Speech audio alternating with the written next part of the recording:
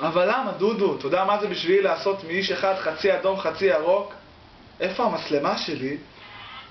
זאת עם האור, חצי אדום, חצי ירוק. גדלתי עם משפחת ארז. בכל פעם שהייתי רוצה לעשות עם מישהו איש חצי אדום חצי ירוק, דודה שלי עם אמא ערומות חג'בי, הייתה מוצאה לי את ארגז הפרופס הזה. רגע, משפחת ארז? גם לי הייתה דודה שקראו לה ימימה ערומות חג'בי. אתה מבין מה זה אומר? אנחנו אחים!